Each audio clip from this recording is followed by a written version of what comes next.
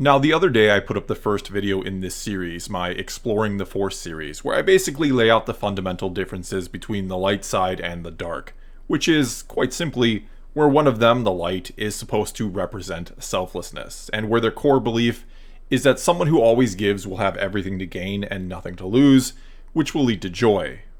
While the other side, the dark side, is selfish, and the idea there is someone who always takes and never gives, only has everything to lose and nothing to gain, which leads to fear of losing all your stuff and eventually leads to suffering.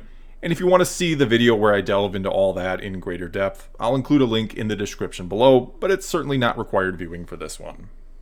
Anyway, though I've talked about balance in Star Wars many times before, in this video I want to take a slightly different approach to discussing it, to do it in a more candid way, I guess. Because it's one of those things that a lot of people seem to misunderstand or overcomplicate, oftentimes thinking the Jedi need to be more gray, that they need to recognize and use both sides of the Force to keep them equally balanced or something. Which, in theory or on the surface, sounds like it makes sense, especially if we're talking about a balance between selfless and selfish. In fact, if I asked you here in the real world what a balanced life should look like, you'd probably say something along the lines of one where you take your work or job seriously, where you keep up with all your responsibilities, where you follow the laws and get along with the people around you the best you can, and where you take care of your family or the people who are important to you or rely on you, while also looking out for others and helping when and where you can, or at the very least, not hurting or hindering others as you go about your own business in the world. And yet a balanced life is also one where every day perhaps you take some time out for yourself and do something you enjoy, and from time to time you completely indulge yourself in whatever it is you love, and as they say, you live a little. Basically, it's a life where you selflessly do the things you must do to be a good, productive member of society, yet you balance that against doing enough of the things you selfishly want to do for your own enjoyment without hurting others, of course. And I think for the most part, we'd all agree that if everyone followed those simple principles or rules for life, things would be pretty good here on planet Earth. That we'd end up with a society that was pretty well balanced, or as balanced as it ever could be. And you might say that's the way the Jedi should be too, that they should sort of juggle their immense responsibility with having a little bit of fun from time to time and living something more akin to a normal life, where they have some stuff and form very intimate relationships with others. But here's the thing about that. If, let's say, everyone in the Star Wars galaxy lived that way, literally everyone somehow, and there was no threat of it ever changing, well, there would really be no need for the Jedi, because again, society would be pretty well balanced overall, and since a Jedi's main priority is to see to it that balance is kept in the galaxy, and within the Force itself, which I'll talk more about in a bit, you'd basically eliminate the purpose for them if everything was always going to be balanced. But of course, one of the main reasons why the Jedi do indeed exist is because in the Star Wars galaxy and in our own real world, a lot of people don't live that way. A lot of people have no interest in living in harmony with others, and they don't care if they harm other people to get what they want, and harmony is the true meaning of balance in Star Wars or in this context. It's living a life that is, again, in harmony with everyone and everything else around you. And in Star Wars or in this galaxy, there are these beings called the Sith who really couldn't care less about balance, fairness, or any of that sort of thing.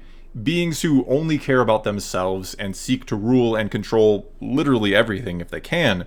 To put it mildly, they are the very epitome of selfishness, and that's what they very much represent or are meant to represent in the story. Which is then where the Jedi come in. They're not there to live normal, happy little lives and be like everyone else. They're not there to be the ones to live a perfectly balanced existence for everyone else to follow or model themselves after. Instead, they're meant to represent the epitome of selflessness, and to be a needed counter against the opposite extreme of the Sith. Not to mention, there's really nothing that the dark side offers that the light side cannot. It's not more powerful or anything. It's just quicker and easier, as Yoda once said. And so by resisting being selfish, by resisting the quick and easy path to getting the things they want, the Jedi then represent, within the story, that rare hero who gives everything and gives up everything for others and for the greater good. And we're supposed to see nobility in that sacrifice and be inspired by them, not feel bad that they can't have stuff and aren't allowed to have possessive relationships. Because most of them, almost all of them really, don't miss that sort of thing. And we're looking at their way from a very Western, materialistic perspective, and feeling sorry for them that they don't live like we do, as if our way is the only correct way to live. Though, yes, all that said, we are of course meant to empathize with and relate to Anakin Skywalker as he struggles with all this during the prequels. We're supposed to see and realize it's not easy to be a Jedi, which should make them even more admirable that they give up so much for others. Though again, do keep in mind here, as I went into in much more detail in the first video, that they find joy and a very profound sense of purpose in their way of life. Again, most of them don't feel like they're missing out on anything. And I know it's right about now that some will want to point out that the Jedi we see in the prequels are defeated by the dark side and want to use that as evidence that their way is flawed, instead of looking at it for what it is or meant to be, which is that the Jedi of that time period had lost their way after 1,000 generations, or roughly 25,000 years, and fell prey to a Sith plan 1,000 years in the making, and they further ignore the fact that the victory the Sith earned only lasted some 25 years before the Jedi returned and defeated them. In other words here, the Jedi way itself wasn't wrong or isn't wrong, they simply weren't following it as they should during the prequels. Instead of being guided by compassion and listening to the will of the Force, they strictly adhered to their code, to their rules and regulations, and listened to the will of the Republic or the Senate, and did their bidding. And though all of this, the fall of the prequel era Jedi, is something I'd like to go more into in a future video in this series, let me give you the quick version. The secret ingredient the Jedi of the prequel era were missing was genuine compassion, which, as Anakin basically says in episode 2, is unconditional love for all. He then goes on to say how the Jedi are even encouraged to love, which is true or should be, even though in that circumstance he's just trying to use that as justification to pursue Padme and to ease her own apprehension and doubts about them as well. Still, he's right about compassion. It's the foundation of the Jedi way. If you devote your entire life to helping others but don't actually care deeply about the people you're helping, you're probably not going to be very good at what you do. You'll just be going through the motions, and that's kind of the impression the Jedi of the prequel era give off. Their intent certainly isn't bad, they do mean well, I fully believe that, but they've lost sight of their true purpose and or way, which is to safeguard balance for the people of the galaxy and balance within the Force itself, and those two things are certainly intertwined and almost one and the same really. Because the Force is life. It is, to put it very simply, the energy that generates life or allows it to grow or exist or to thrive. And the whole thing is a complex and ever-turning system of birth, life, and then death that goes on and on and on and on, one that can easily be thrown out of whack by those who don't care about seeing it maintained or don't try to live a balanced or harmonious life, especially in this reality or galaxy where the power of life itself can be tapped into and used, where there are those powerful with the Force. And where there's even a literal, tangible dark side to it all that seems to have the ability to corrupt people, a dark side that actually rewards and quickly empowers individuals for being overly selfish, which is the ultimate trap or potential addiction. I mean, think about it. The greedier you are, the more the dark side wants to or will happily give you in terms of power and the things you can get with that power. Until, again, you get to that point where you've got so much that you stand very little to gain, if anything at all anymore, and only have everything to lose. So you spend your life in constant fear of losing it, and you end up having a life that is full of suffering, and you visit that suffering upon everyone else in the process and destroy the balance of things as well.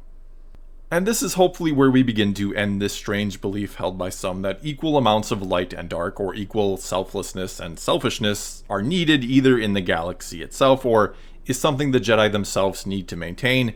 And I hope to especially end this idea that equal numbers of Sith and Jedi are needed to maintain balance, which is just silly when you try to look at it rationally or logically, and it leads to some really fun questions like, what exactly are the Jedi even supposed to do about the Sith then? If they literally need them, they sort of have to let them be, right?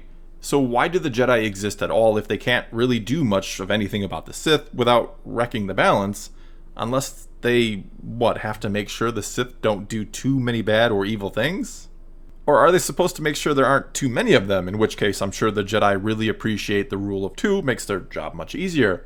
I mean, think about how odd it really sounds to say we need equal Sith and Jedi. That we need a certain number of beings who seek to rule and control everything and everyone, for the galaxy and the Force to be balanced, for the galaxy to be a harmonious place for people to live. And I know some will say, well, we need Sith to counter the existence of the Jedi, otherwise there will be imbalance the other way, there will be too much light, too much selflessness and generosity in the galaxy, and that will somehow be a bad thing. Too many people who devote their life to helping and giving to others when and where they're needed, and only when and where they're needed. Which is the real key here. The sole purpose of the Jedi is to keep balance by following the will of the Force itself and going where it takes them to do again what it wills them to do for the Force's own sake, which is for the sake of life being balanced or harmonious. And sorry if that sounded confusing, but hopefully you get what I'm saying. The Jedi are supposed to stand ever vigilant and ready, and only help when and where actually needed. They're not supposed to be helping the Republic micromanage the galaxy, which seemed to be another problem with the Jedi of the prequel era. The Jedi also don't expect everyone to live like them, to be as selfless as they are. They're not out there advocating for everyone to follow the Jedi way or trying to rid the galaxy of any and all forms of selfishness. They're not telling people how to live. They fully accept and respect that people will and should live as they see fit, that they should govern themselves, as long as that way doesn't impede upon the freedom of others or deny them their own free will.